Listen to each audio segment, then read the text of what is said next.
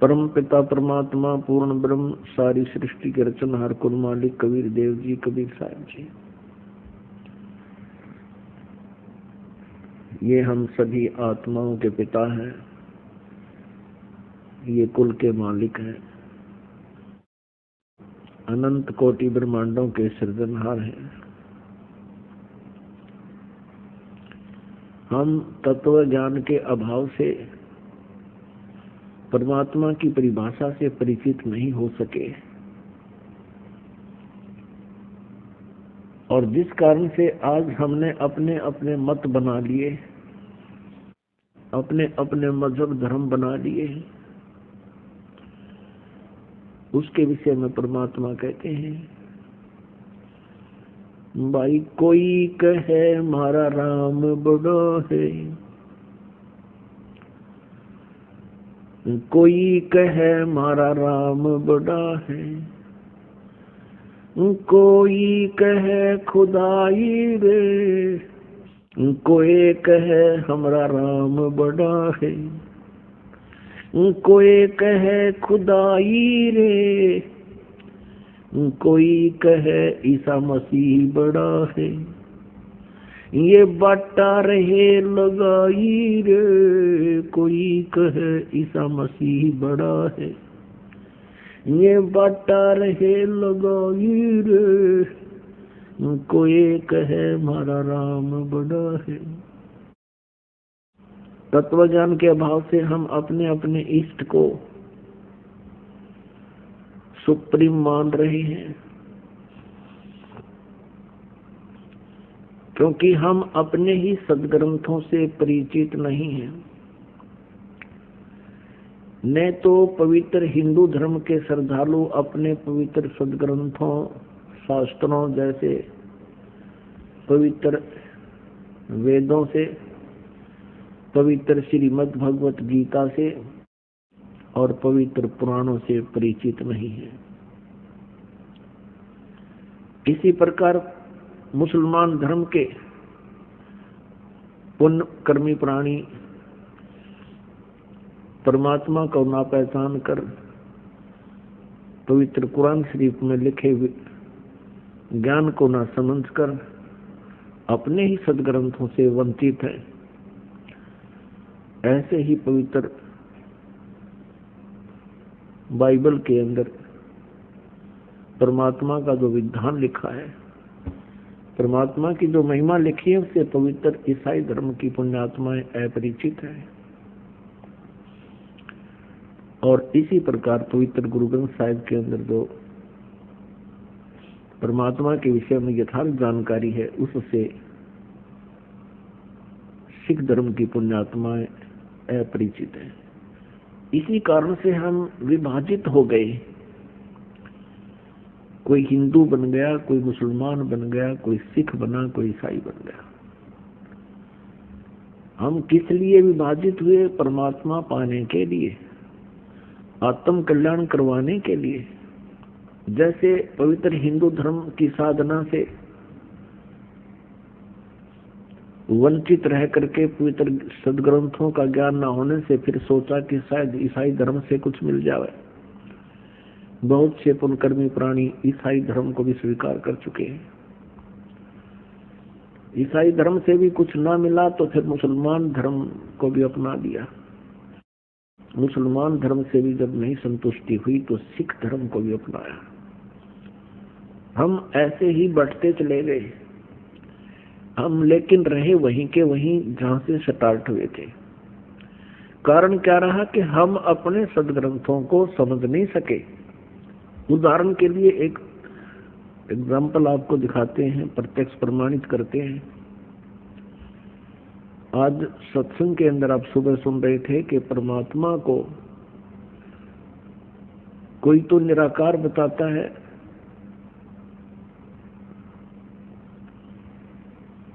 कि वो कभी जन्म नहीं लेता, वो सर्वव्यापक है। और कोई उसको साकार बताते हैं, और साकार रूप में वो क्या बताते हैं कि जो भी दृष्टि गोचर है ब्रह्मांड, चांद सूरज सितारे ग्रह, ये ही साकार रूप है परमात्मा का।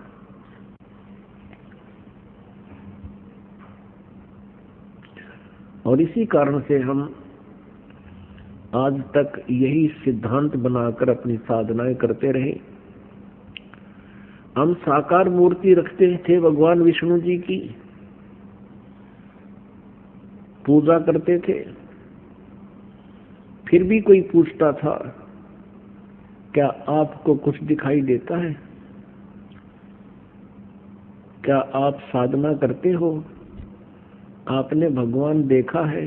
कैसा है परमात्मा? तो हम कहते थे वो तो निराकार है, दिखाई थोड़ा ही देता है। परमात्मा का केवल प्रकाश देखा जा सकता है। जैसा हमने सुना सुनाया ये लोक वेद था, अपने आत्माओं सामने विष्णु जी को हम भगवान भी मानते थे और फिर हम भगवान को निराकार भी कहते थे। तो हमारा बालकों वाला ज्ञान था और यही स्थिति प्रत्येक धर्म के व्यक्तियों की है।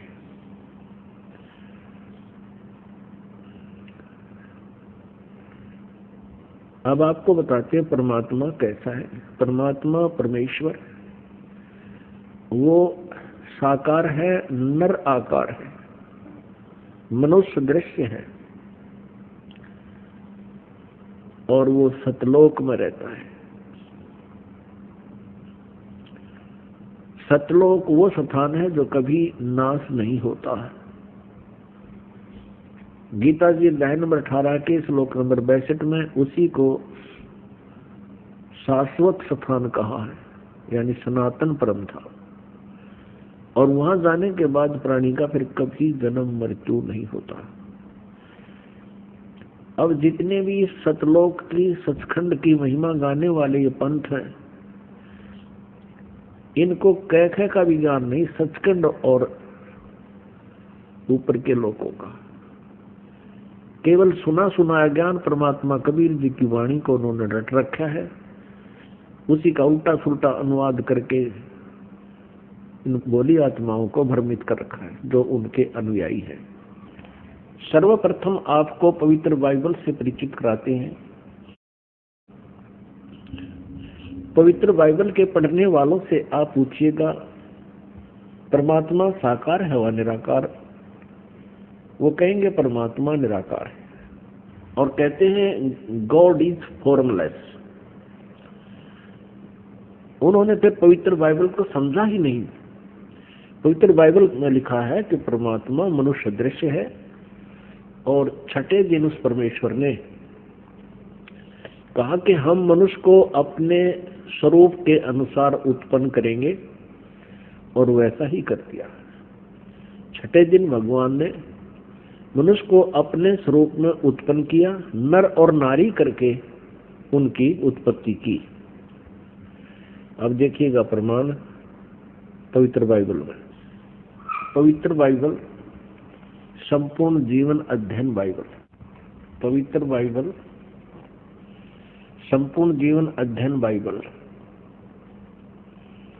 संपादक हैं डेविड स्टुअर्ट, अंग्रेजी। प्रधान संपादक Donald C Stamps, MA MDV। संयुक्त संपादक ये सारे कुछ लिखे इनके।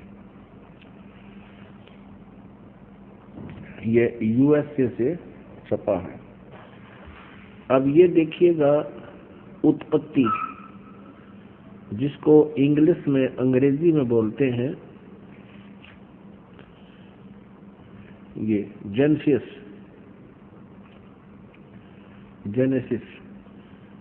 आरंभ यहाँ होता है। आदि में परमेश्वर ने आकाश और पृथ्वी की सृष्टि की। पृथ्वी बेडौल और सुनसान पड़ी थी और गहरे जल के ऊपर अंधियारा था तथा परमात्मा का आत्मा जल के ऊपर मंडराता था। जब परमेश्वर ने कहा कि उजियाला हो तो उजियाला हो गया और परमेश्वर ने उजियाले को देखा कि अच्छा है और परमेश्वर ने उजियाले को अंधियारे से अलग किया और परमेश्वर ने उजियाले को दिन, अंधियारे को रात कहा। सांझ हुई फिर भोर हुआ, भोर माने सुबह। इस प्रकार ये पहला दिन की रचना की प्रभु ने, परमात्मा ने, परमेश्वर ने। फिर परमेश्वर ने कहा कि जल के बीच एक ऐसा अंतर हो कि जल दो भाग हो जाए, तब ऐसा ही हो गया। तथा इस प्रकार सांझ हुई फिर भोर हुआ, ये दूसरा दिन हो गया।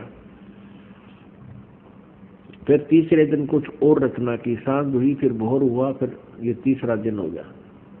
ये फिर सांझ हुई फिर भोर हुआ, ये चौथा दिन हो गया। कुछ और रचना की परमात्मा ने, चौथा दिन हो गया। फिर ये प्रश्न नंबर 5 पे,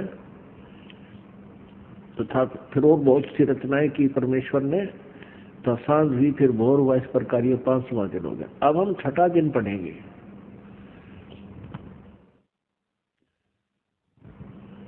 फिर परमेश्वर ने कहा कि हम मनुष्य को अपने स्वरूप के अनुसार अपनी समानता में बनाएं, और वे समुद्र की मछलियों और आकाश के पक्षियों और घरेलू पशुओं और सारी पृथ्वी पर और सब रेंगने वाले जंतुओं पर जो पृथ्वी पर रेंगते हैं अधिकार रखें, यानी उनसे बुद्धिमान हो। तब परमेश्वर ने मनुष्य को अपने स्वरूप के अनुसार उत्पन्न किया। अपने ही स्वरूप के अनुसार परमेश्वर ने उसको उत्पन्न किया, नर और नारी करके उसने मनुष्यों की सृष्टि की। पुण्यात्माओं फिर पढ़ लो। तब परमेश्वर ने मनुष्य को अपने स्वरूप के अनुसार उत्पन्न किया। अपने ही स्वरूप के अनुसार परमेश्वर ने उसको उत्पन्न किया, नर और नारी करके मनुष्यों की सृष्टि की। अब पवित्र बाइबल में उत्पत्ति ग्रंथ अध्याय नंबर 1 का श्लोक नंबर 26 है। ये इसमें स्पष्ट कर दिया है कि परमात्मा मनुष्य जैसा है, उसने मनुष्य को अपने जैसा बनाया है, नर और नारी करके उसकी उत्पत्ति की। आगे परमेश्वर ने एक और कमाल किया है कि मनुष्यों के लिए मांस खाने का आदेश उस परम पिता का नहीं है जिसने सब ब्रह्मांडों की रचना की, जो कुल का मालिक है। आगे देखिएगा इसी उत्पत्ति ग्रंथ में ये 26 नंबर हमने पढ़ लिया। 27 नंबर में कि मनुष्य 27, 26 और 27 में ये व्यवस्था बताई है। ये 27 श्लोक में लिखा है कि तब परमेश्वर ने मनुष्य को अपने स्वरूप के अनुसार उत्पन्न किया। अपने स्वरूप के अनुसार परमेश्वर ने उसको उत्पन्न किया और नर और नारी करके मनुष्यों की सृष्टि की। अब 29 श्लोक में देखो, फिर परमेश्वर ने उनसे कहा, मनुष्यों को, सुनो, जितने बीज वाले छोटे छोटे पेड़ सारी पृथ्वी के ऊपर हैं और जितने वृक्षों में बीज वाले फल होते हैं, वे सब मैंने तुमको दिए हैं, वे तुम्हारे भोजन के लिए। अब पूर्ण परमात्मा का कोई आदेश नहीं है मांस आहार करने का किसी भी मनुष्य को। और ये कितना बुरी तरह खाते हैं ये ईसाई लोग। तब सांझ हुई फिर भोर हुआ, इस प्रकार 6वां दिन हो गया। ये और बहुत सी रचनाएं की इसके बाद। अब 7वां दिन देखो।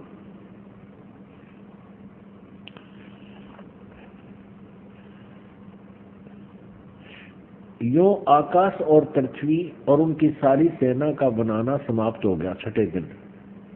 और परमेश्वर ने अपना काम जिसे वह करता था 7वें दिन समाप्त किया, और उसने अपने किए हुए सारे काम से 7वें दिन विश्राम किया। और परमेश्वर ने 7वें दिन को आशीष दिया, उसे पवित्र ठहराया, सृष्टि के सारी रचना के काम से विश्राम लिया। अब पवित्र बाइबल से बहुत सी रहस्य जो है सामने आएंगे। इसमें ये भी आपके समक्ष आएगा कि ये तीनों देवता, श्री ब्रह्मा, श्री विष्णु, श्री शिव जी, पूरे ब्रह्मांड के संचालक हैं। और पवित्र ईसाई धर्म के इतिहास में भी उनका जिक्र है। भले उनका नाम नहीं है, नाम अन्य वो अपनी भाषा में कुछ भी लिख ले, अपने आत्मा परमात्मा ने आदम और हव्वा की उत्पत्ति की, जैसा पवित्र बाइबल में लिखा है, और फिर मनुष्यों की रचना करके सारे जो कुछ भी यहाँ बनाने थे बना के, चांद सितारे पृथ्वी आदि। तो परमात्मा जो सर्वश्रेष्ठ रचनहार है वो तो विश्राम कर लिया, उसने ऊपर तख्त पर चला गया। उसके पश्चात यहाँ इस काल भगवान ने बागडोर संभाल ली, ब्रह्म ने, जो श्री ब्रह्मा, श्री विष्णु, श्री शिव जी के पिताजी हैं। तो इसमें ये प्रमाण दिखाते हैं कि क्या लिखा है कि आदम और हव्वा, आदम व्यक्ति का नाम है और हव्वा उसकी पत्नी है, उन दोनों को इस काल ने अपने पुत्र ब्रह्मा जी को संभाल दिया। अब आगे दिखाते हैं कि परमात्मा साकार है या निराकार। तो उनको दोनों को, आदम और हव्वा को, स्वर्ग में एक वाटिका में रहने के लिए छोड़ दिया और उनसे एक विशेष हिदायत दे दी भगवान ने, यहाँ के भगवान ने, कि तुमने इस वाटिका के अंदर और किसी भी वृक्ष का फल तुम खा सकते हो, लेकिन बीच में लगे हुए पेड़ों के फल को नहीं खाना, क्योंकि तुम खाओगे तो मर जाओगे। इसमें लिखा कि फिर कुछ दिनों के बाद एक सर्प आया। उस सर्प ने उनसे पूछा, आदम और हव्वा से कहा कि आप ये बीच वाले पेड़ के फल क्यों नहीं खा रहे हो? तो हव्वा ने सर्प से बताया कि हमारे को भगवान ने मना किया है और कहा कि तुम यदि बीच वाले फल खा लोगे पेड़ों के तो तुम्हारी मृत्यु हो जाएगी। तो सर्प ने कहा कि नहीं, ऐसा नहीं होगा, ये भगवान तुम्हें बहका रहा है, तुम नहीं मरोगे, बल्कि तुम्हें अच्छे और बुरे का ज्ञान हो जाएगा इसके फल खाने से। इसलिए भगवान तुम्हें धोखे में रखे हुए हैं कि कहीं तुम इस बीच वाले फल को, वृक्षों के फल को खा के अपने अस्तित्व को समझ सके, वो नहीं चाहता। अब हव्वा ने उस बीच वाले वृक्ष के फल को तोड़ा, आप भी खाया, अपने पति से भी खिला दिया। उस समय वो दोनों नंगे थे और उनकी ऐसी बुद्धि थी कि उनको शर्म नहीं आ रही थी एक दूसरे से। उस फल के खाने से उनको एहसास हुआ कि हमने ऐसे नहीं रहना चाहिए। तो उन्होंने अंजीर के पत्ते होते हैं बड़े बड़े, उन पत्तों को तोड़ा और अपने पर्दे पर बांध लिया। लिखा है इसमें पवित्र बाइबल में कि शाम के समय भगवान आया वाटिका में टहलने के लिए और उसने आवाज लगाया कि आदम और हव्वा तुम कहाँ हो? भगवान को देखकर उनकी आहट पाकर के वो छुप गए वृक्षों के बीच में और कहने लगे कि हम यहाँ बैठे हैं, हमें आपसे शर्म आ रही है क्योंकि हम नंगे हैं। तो भगवान ने कहा कि तुमने बीच वाले पेड़ों के फल को खा लिया?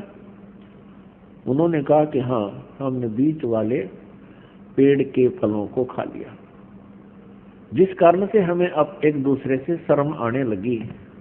इस बात से वो भगवान नाराज हुआ और उसने कहा कि तुमको किसने बताया ये पेड़ों के फल खाने को? हव्वा ने कहा कि सर्प ने बताया, सांप ने।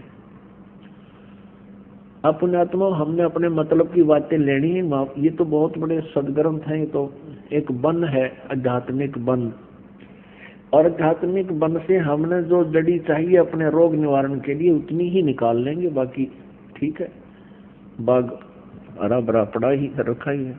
आपको ये और दिखाते हैं कि भगवान वाटिका में टहल रहा था और ये भी दिखाते हैं पवित्र बाइबल में कि उसने कहा कि अब इस बीच वाले फल के पेड़ के फल को खाने से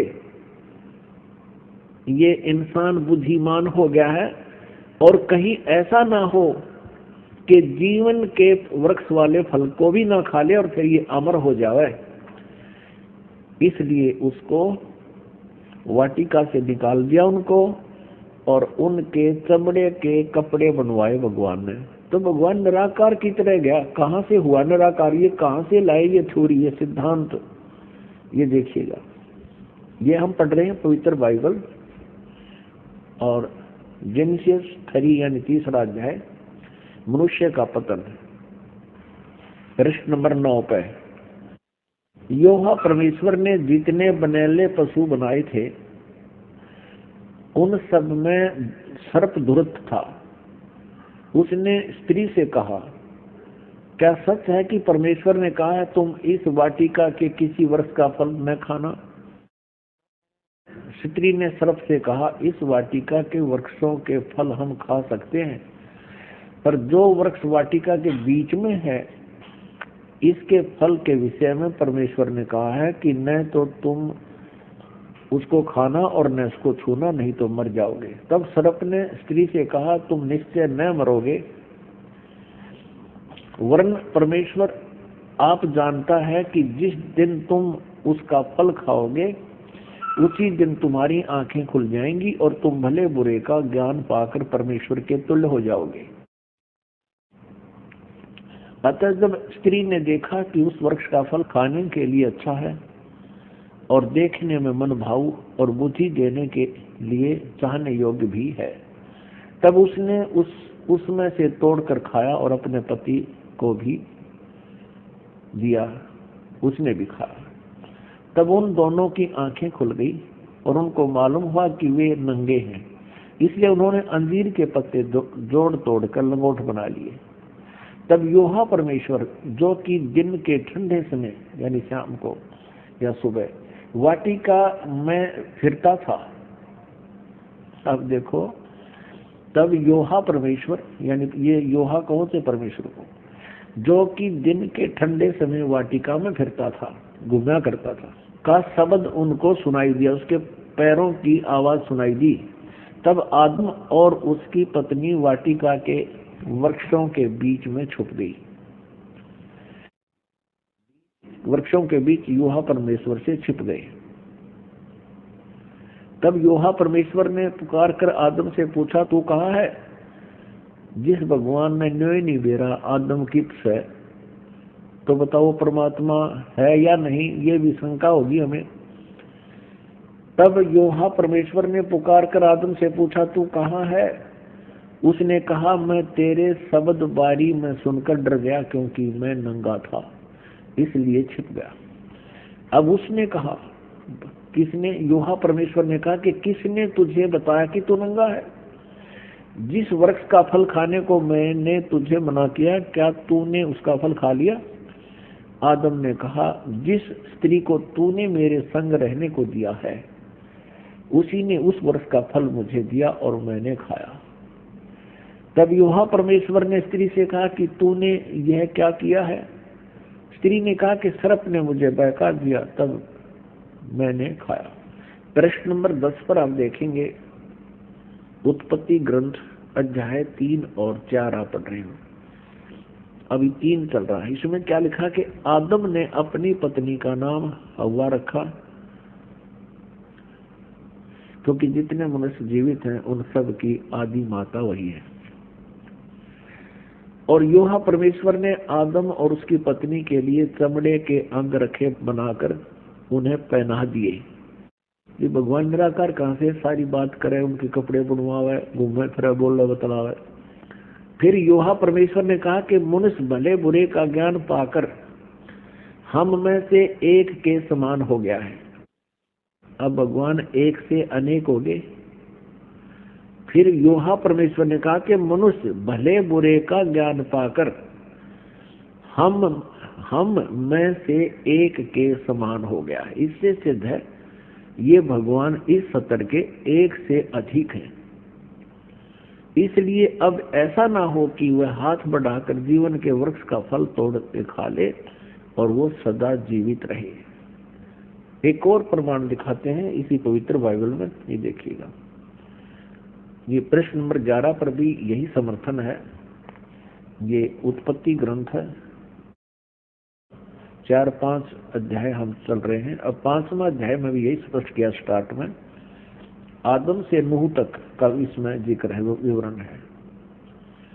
आदम की वंशावली यह है कि जब परमेश्वर ने मनुष्य की सृष्टि की तब अपने ही स्वरूप में उसको बनाया। अब डबल दूसरी बार फिर यहाँ पर प्रमाणित कर दिया कि परमेश्वर ने मनुष्य की सृष्टि की तब अपने ही स्वरूप के में उसको बनाया।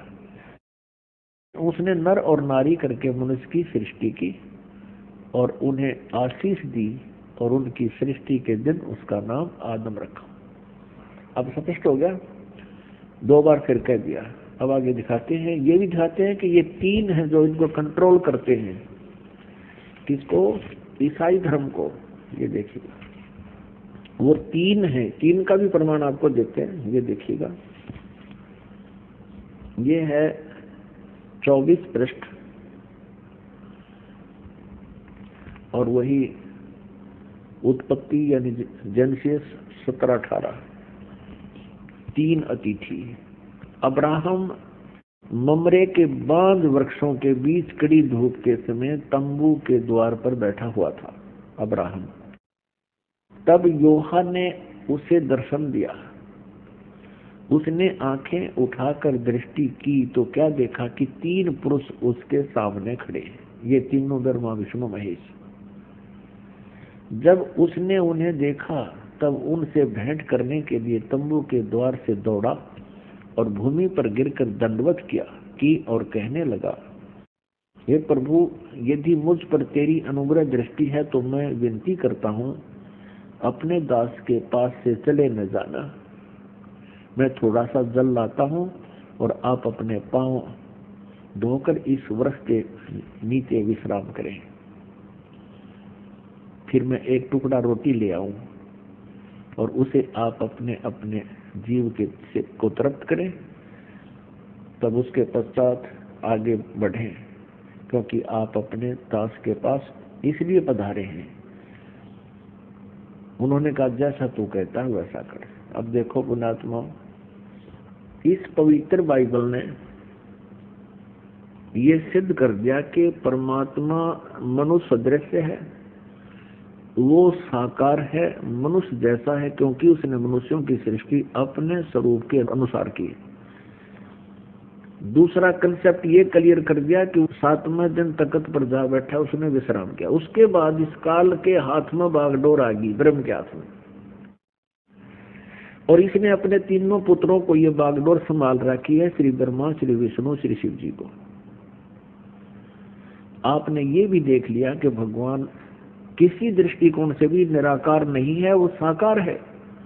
पूर्ण परमात्मा भी साकार है जिसने सारे ब्रह्मांडों की रचना की, और आगे ये देवता भी साकार है जो वाटिका में घूम रहा है, उनसे बातें कर रहा है, उन आदम और हवा के कपड़े सिलवा रहा है। और फिर अब्राहम नाम के एक महापुरुष हुए हैं ईसाई धर्म में। ईसा जी से पूर्व की बातें हैं, आदम जी के बाद की बातें। तो उसने देखा कि 3 भगवान खड़े सामने, उनको दंडवत प्रणाम किया। तो परमात्मा निराकार कहां से रहा? ये कहां से लाई ये सिद्धांत? ये था लोकवेद। लोकवेद वो होता है जो दंत कथा होती है, जो सदग्रंथों के विपरीत होता है, उसको लोकवेद कहते हैं। अब आप जी को दिखाते हैं पवित्र कुरान शरीफ में।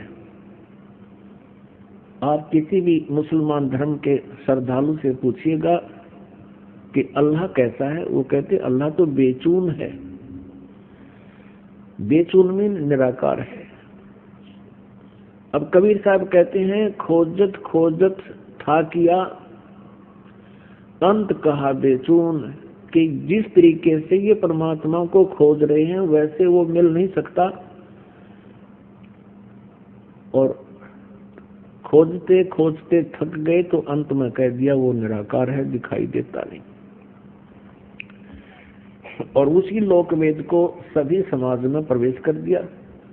अब देखिए पवित्र कुरान शरीफ में परमात्मा साकार है, मनुष्य सदृश है, और पवित्र कुरान शरीफ का जो ज्ञान देने वाला अल्लाह है, जिस अल्लाह ने पवित्र कुरान शरीफ का ज्ञान दिया वो मुसलमान धर्म का फाइनल गॉड है। अब वो अंतिम भगवान है कि वो पूर्ण परमात्मा मानते हैं कि वो ही समर्थ शक्ति है जिसने कुरान शरीफ का ज्ञान हजरत मोहम्मद जी को दिया। अब दिखाएंगे कि वो ही कुरान शरीफ के ज्ञान देने वाला अल्लाह कहता है कि और एक सुप्रीम गॉड है और उसका ज्ञान मैं भी नहीं रखता, यानी कुरान शरीफ के ज्ञान देने वाला अल्लाह भी उस पूर्ण परमात्मा के ज्ञान से अपरिचित है। उसके लिए ऑप्शन छोड़ दिया है कि किसी बाखबर से पूछो। इसी प्रकार पवित्र श्रीमद् भगवत गीता अध्याय नंबर 4 के श्लोक नंबर 34 में कहा है, गीता ज्ञान देने वाला अल्लाह भी वही है और कुरान शरीफ का ज्ञान देने वाला अल्लाह भी वही है। अब पवित्र श्रीमद् भगवत गीता जी अध्याय नंबर 4 के श्लोक 34 में कहा है, अर्जुन उस तत्व ज्ञान को जो परमेश्वर ने स्वयं आकर अपने मुखारविंद से बोला है, चौथे अध्याय के 32वें श्लोक में जिसके विषय में कहा है,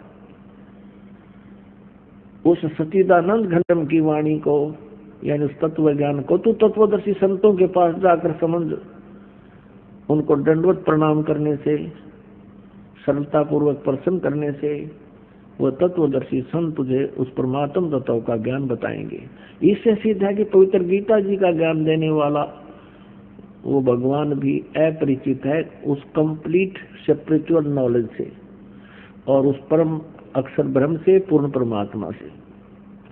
अब देखिएगा पवित्र कुरान शरीफ, देखिएगा पवित्र कुरान शरीफ, इसके विषय में लिखा है कि यह वह इलामी किताब है जिसमें कोई संदेह की गुंजाइश नहीं। भाव ये है कहने का कि इसमें जो लिखा है हमें पूर्ण रूप से मान्य है। अब इसमें मुतरजम यानी शास्त्रीय अरबी पद्धति पर नागरी लिपि में रूपांतरकार है नंद कुमार अवस्थी, शेरवानी संस्करण।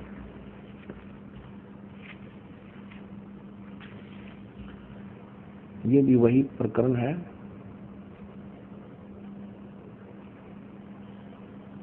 प्रकाशक है लखनऊ किताब घर, मौसम बाग, सीतापुर रोड, लखनऊ। अंश की सूरत फुरकानी 25 नंबर, सूरत फुरकानी में देखेंगे ये 25 नंबर है, प्रश्न नंबर 604 पे ये कुरान शरीफ। और यहाँ देखिएगा इसके 52 नंबर आयत से हम प्रारंभ करेंगे। 52 नंबर, फला तुतियल काफिरन व जाहिदुम बिही जिहादन कबीरन।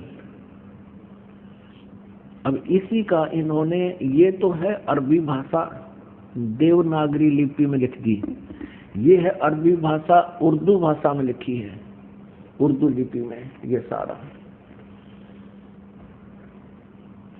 और यही भाषा फिर हिंदी में लिख दी इन्होंने, जिस प्रकार ये उर्दू में लिखी है। भाषा ये अरबी है, इसका अनुवाद भी इन्होंने यहाँ किया है। देखिए ये 52 नंबर है। अब कुरान शरीफ के ज्ञान देने वाला अल्लाह हजरत मोहम्मद जी से कह रहा है कि ए पैगंबर, तुम काफिरों का कहा न मानना और इस कुरान की दलीलों से, यानी मैं तुझे जो ज्ञान दे रहा हूं उनका सामना बड़े जोर से करो।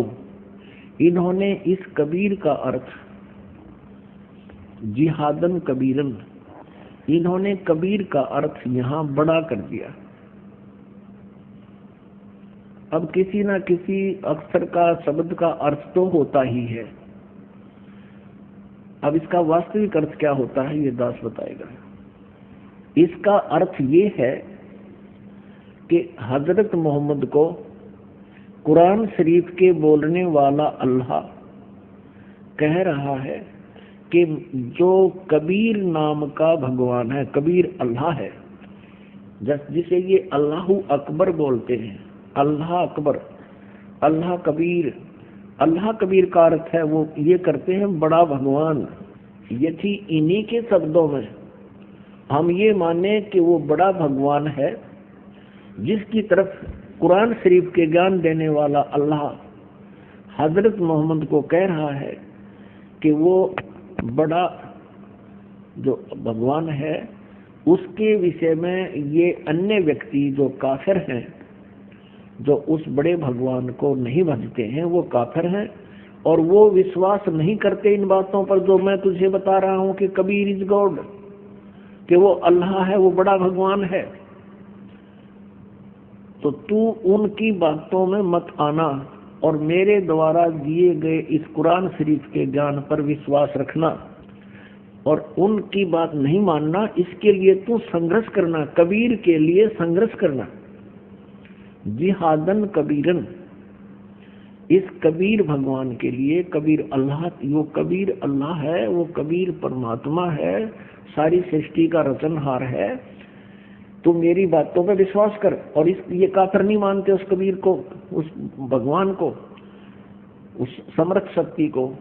तू उनकी बातों में मत आना और मेरे द्वारा दिए गए कुरान शरीफ के इन दलीलों पर विश्वास करना और इनके साथ संघर्ष करना, लड़ना नहीं। जिहाद का अर्थ कोई लठ बजाना नहीं, संघर्ष करना। ये चाहे तुझे तंग करें या दुखी करें, लेकिन तू इनकी बातों को मत मानना, इतनी सी बात है। अब यहाँ पर जो कबीर शब्द है, इसमें कबीरन शब्द है, तो दूसरी कुरान मजीद है, पवित्र मजीद है, वो दिखाते हैं। ये पवित्र कुरान मजीद और कुरान शरीफ की और नाम का अंतर है, जो के तो अक्सर है, मतलब लाइन पंक्ति का भी अंतर नहीं है, फिर भी इससे बहुत कुछ कंसेप्ट क्लियर होगा। देखिएगा, यह है पवित्र कुरान मजीद, प्रकाशक हैं आसिफ बुक डिपो, 422 मटिया महल, जामा मस्जिद, दिल्ली 6। कुरान मजीद हिंदी मुतरजम मा अरबी मतन, तर्जुमा मौलाना फतेह मोहम्मद खान साहिब जालंधरी, तसही मौलाना अब्दुल मजीद सरवर साहिब, प्रकाशक है Farid book depot private limited, नई दिल्ली। यह है सूरत फुरकानी, जो की तो सूरत फुरकानी 25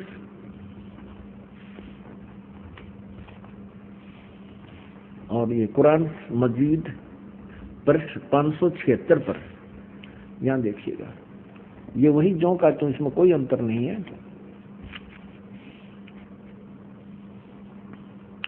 ये अरबी भाषा उर्दू में लिखी है और यही अरबी भाषा हिंदी देवनागरी लिपि में लिखी है। ये 52वें आयत हमको आपको दिखाते हैं। फला तुतियल काफिरन न जाहिदम बिही जिहादन कबीरा, उसमें कबीरन लिखा है, केवल इसमें कबीरा लिखा है, तो हम उसे कबीर बोल देते हैं सीधा, कबीर। वो कबीर अल्लाह है। अब यहाँ से हम इतना ही लेंगे, अधिक नहीं। अब हम फिर पवित्र कुरान शरीफ से ही आगे बढ़ेंगे। इससे भी इतना कंसेप्ट क्लियर करना था, इसे कबीरन कहो या कबीर कहो या कबीरा कहो, अर्थ उनका एक ही है।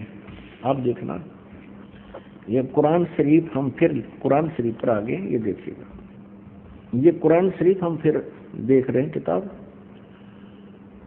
ये वही है कुरान शरीफ। अब यहाँ आगे हम सूरत फुरकानी 25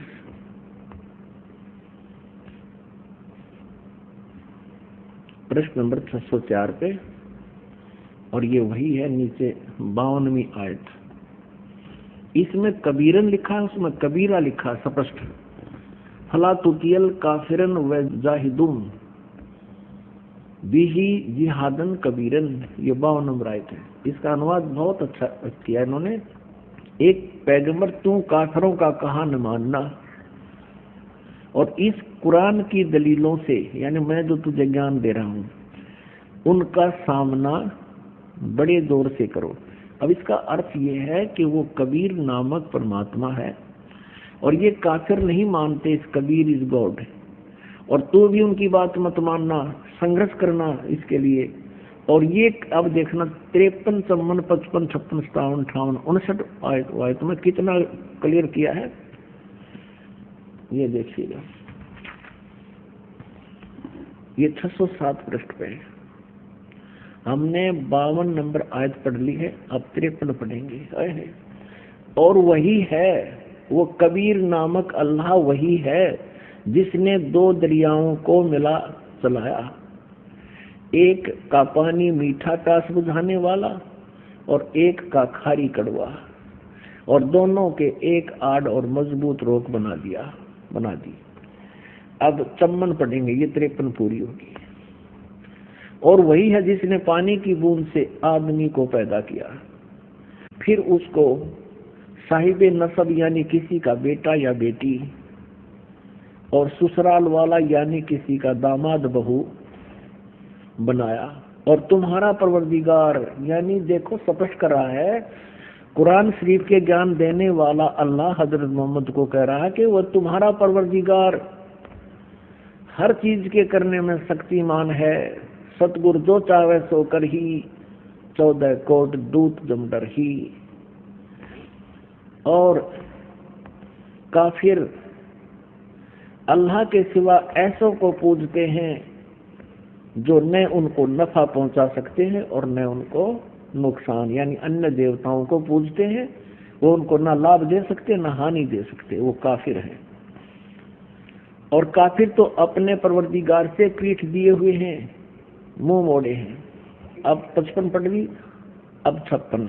ए पैगंबर, हमने तुमको खुशखबरी सुनाने और सिर्फ अजाब से डराने के लिए भेजा है। अब 57 में, इन लोगों से कहो कि मैं तुमसे इस अल्लाह के हुक्म पर कुछ मजदूरी नहीं मांगता, हाँ जो चाहे अपने परवरदिगार तक पहुंचने की राह इख्तियार कर ले। अब 58 नंबर आयत में, ए पैगंबर, उस जिंदा चैतन्य पर, चैतन्य अर्थ कर दिया, उस जिंदा पर भरोसा रखो, क्योंकि कबीर परमेश्वर जी हजरत मोहम्मद जी को जिंदा महात्मा के रूप में मिले थे। उस जिंदा पर भरोसा रखो जो कभी मरने वाला नहीं है, वो अविनाशी है। और तारीफ के साथ उसकी पाकी यानी पवित्रता बयान करते रहो, उसकी महिमा का गुणगान करते रहो। और अपने बंदों के गुनाहों से वह काफी खबरदार है। अब देखो, इन्होंने ये 58 नंबर आयत है, यहाँ देखिएगा, इन्होंने ये खबीरा लिख दिया, खबीरा। इसको कबीरा कहो, खबीरा कहो, अकबर कहो, एक ही अर्थ बनता है।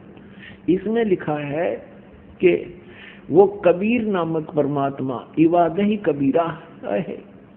इबादत माने पूजा, इबादत ही माने पूजा के योग्य, वो कबीरा है, वो कबीर नामक परमात्मा। इसको खबीर कहो, कबीर कहो। इबादत ही माने इबादत, इबादत माने पूजा, इबादत ही माने पूजा के योग्य, वो कबीर परमात्मा है। ये 58 नंबर आयत है। आगे देखो, इसका इन्होंने अर्थ जो किया वो पढ़ेंगे कि ए पैगंबर, उस जिंदा पर भरोसा रखो जो जिंदा महात्मा के रूप में तुम्हें मिला था, रखो, जो कभी मरने वाला नहीं है, वो वास्तव में अविनाशी है। और तारीफ के साथ उसकी पाकी बयान करते रहो। और अपने बंदों के गुनाहों से, यानी अपने भक्तों के पाप का वो नाश कर देता है। यहाँ इन्होंने इस कबीर का अर्थ काफी कर दिया। काफी, बड़ा कहो, बहुत कहो, घना कहो, बड़ा कहो, खबरदार है यानी जानता है, वो नाश कर देता है। और इस 59 में 59 में तो कमाल कर दिया। और ये कबीर नामक अल्लाह वही है जिसने आसमानों और जमीन और जो कुछ उनके बीच में है सबको 6 दिन में पैदा किया, फिर तख्त पर जा बिराजा। वही पवित्र बाइबल कह रहा है कि 6 दिन में सृष्टि रची, 7वें दिन विश्राम किया। और यही पवित्र कुरान शरीफ कह रही है कि जिसने आसमान और जमीन के और जो कुछ उनके बीच में था है सबको 6 दिन में पैदा किया और फिर तख्त पर जा बिराजा। वो अल्लाह बड़ा, ये लिखना है, वो अल्लाह कबीर। 59 में देखिएगा, यहाँ अरहमानु, रहमानो असल फसल भी ये खबीरन। अब इस खबीरन का अर्थ भी उन्होंने बड़ा कर दिया। वो अल्लाह बड़ा, वो अल्लाह कबीर, यहां लिखना चाहिए वो अल्लाह कबीर है। ये देखिए, हम यहाँ आते हैं 59 पे है, जिसने आसमान और जमीन और जो कुछ भी उनके बीच में है सबको 6 दिन में पैदा किया, फिर तख्त पर जा विराजा। वो अल्लाह कबीर है। अल्लाह कबीर लिखना था, वो अल्लाह कबीर है। वो इन्होंने अल्लाह बड़ा कर दिया, वो अल्लाह अकबर है। ये कहते हैं वो अल्लाह अकबर है, वो कबीर बड़ा है। रहमान है, दयालु है, तो उसकी खबर अब यहाँ स्पष्ट हो गया। पवित्र कुरान शरीफ के ज्ञान देने वाला अल्लाह, जो मुसलमान धर्म जिसको अपना अल्लाह मानते हैं और पैगंबर हजरत मोहम्मद भी उसको अपना अल्लाह मानते हैं, वो कह रहे हैं कि उस कबीर नामक परमात्मा का जिसने 6 दिन में सृष्टि की, तख्त पर जा विराजा, तो उसकी खबर किसी बाखबर तत्वदर्शी संत से, इल्म वाले से पूछ देखो। पवित्र कुरान शरीफ का ज्ञान दाता अल्लाह भी उस परमात्मा के ज्ञान से अपरिचित है। इति सिद्धम। पुण्यात्माओं, इन दोनों धर्मों के, ईसाई धर्म और मुसलमान धर्म के पवित्र सदग्रंथों ने रल मिलकर ये स्पष्ट कर दिया कि वो परमात्मा शरीर है, नर आकार है, शरीर है, और उसका नाम कबीर है, वो साकार है। तो निराकार बेचून कैसे हुआ प्रभु? ये लोक वेदता दंत कथा थी। शास्त्रों को ना समझकर मनमुखी ये ज्ञान हम प्रचलित कर चुके थे और इस पर आश्रित थे। अब हम आते हैं पवित्र हिंदू धर्म के सदग्रंथों पर।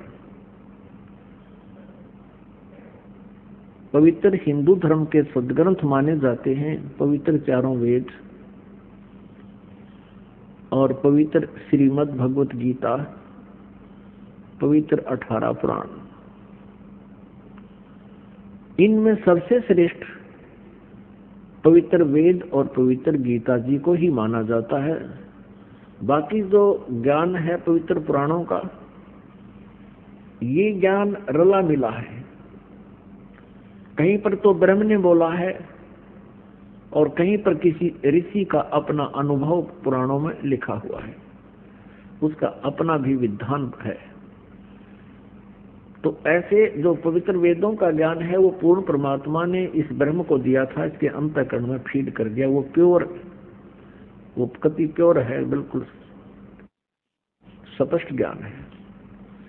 श्रीमद् भगवत गीता जी के अंदर गीता ज्ञान दाता है तो वही, लेकिन इसने इसमें अपना कुछ मत अड़ा दिया है, लेकिन वेदों वाला ज्ञान भी उसमें समावेश किया है। तो हमने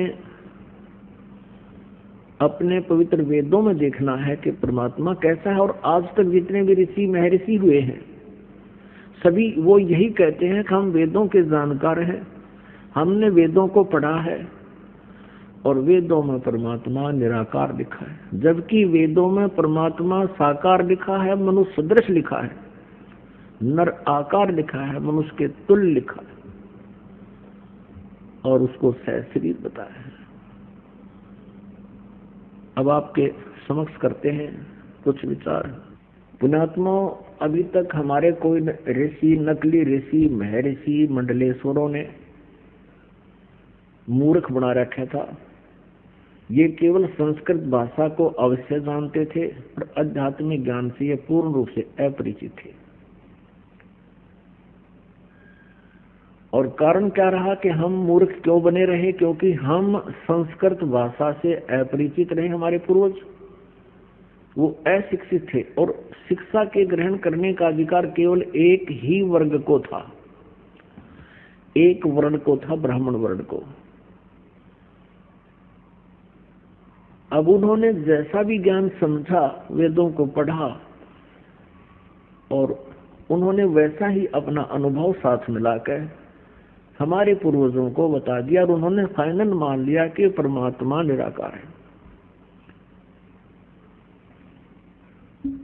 और इन ब्राह्मणों का ये समझ में आया नहीं, इन पंडित ऋषियों को वेद वो समझ नहीं सके। क्यों नहीं समझ के? क्योंकि उनको वो तत्वदर्शी संत नहीं मिला जो गीता जी अध्याय नंबर 4 के श्लोक नंबर 34 में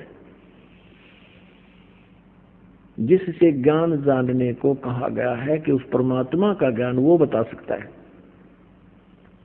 ऐसे ही पवित्र यजुर्वेद अध्याय नंबर 40 के श्लोक नंबर 10 से लेकर 13 तक ये स्पष्ट किया है कि कोई तो परमात्मा को संभवात बोलता है, यानी जन्म लेने वाला कहता है, उत्पन्न होने वाला मानता है, साकार कृष्ण और राम जैसे रूप में उदाहरण के लिए। और कोई उसको निराकार बताता है कि वो जन्म लेता ही नहीं। ये परमात्मा साकार है, निराकार, ये ज्ञान भी, ये जानकारी भी तत्वदर्शी संत बताएगा, उनसे सुनो। और फिर ये बताया है कि 10 से लेकर 13 में 11, 12, 13 में स्पष्ट किया है कि कोई तो जिसको अक्षर ज्ञान हो गया किसी एक भाषा विशेष का, तो उसको विद्वान कहने लग जाते हैं, और जिसको ज्ञान नहीं है, अक्षर ज्ञान नहीं है, उसको अविद्वान कह देते हैं। विद्वान और अविद्वान की परिभाषा भी वो तत्वदर्शी संत बताएगा, उसे सुनो। आज ये दास है वो तत्वदर्शी संत जो परमात्मा की दया से इस ज्ञान से परिचित हुआ, और ये दास बताएगा कि विद्वान किसे कहते हैं। विद्वान कबीर परमेश्वर थे। विद्वान परमेश्वर, परम पूज्य परमेश्वर कबीर जी थे, जिनको धानक और जुल्हा कह करके, एक कवि कह करके उसकी हिस्ट्री शीट को बंद कर रखा था और उसको रिजेक्ट करके डाल दिया था कि वो तो एक अशिक्षित था। नहीं, वो सब वेदों के ज्ञाता थे, सब सदग्रंथों के ज्ञाता थे, सब ब्रह्मांडों के रचयिता थे। वो तत्वदर्शी संत थे, वो महाविद्वान थे। एक अक्षर ज्ञान के जानने से, एक भाषा विशेष के जानने से व्यक्ति विद्वान नहीं हो सकता। कोई संस्कृत भाषा में विद्वान है तो इंग्लिश नहीं आती तो इंग्लिश में अविद्वान हो गया वो।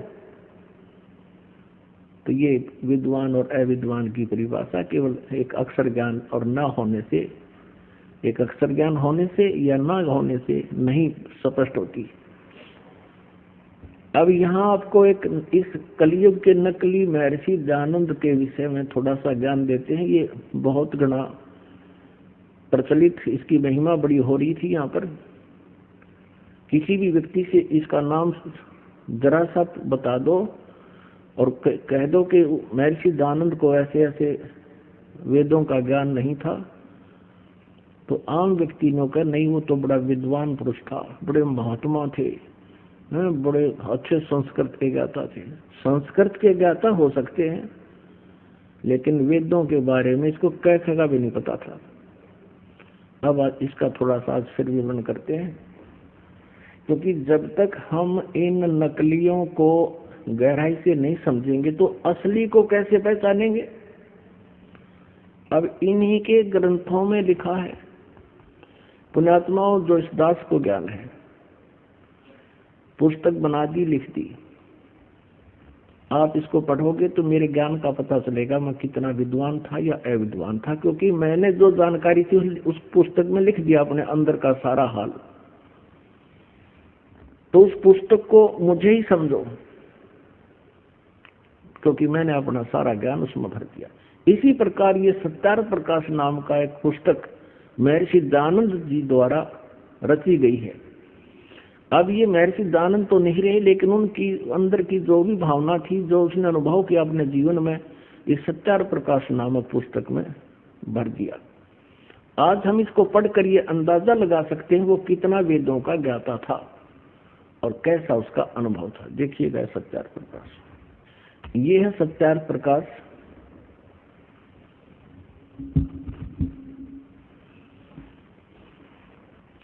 और ये है महर्षि दयानंद।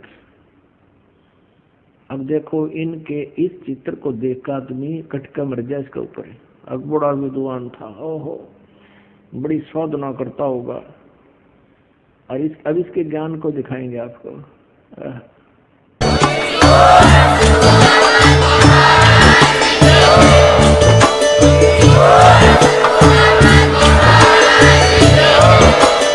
सत सही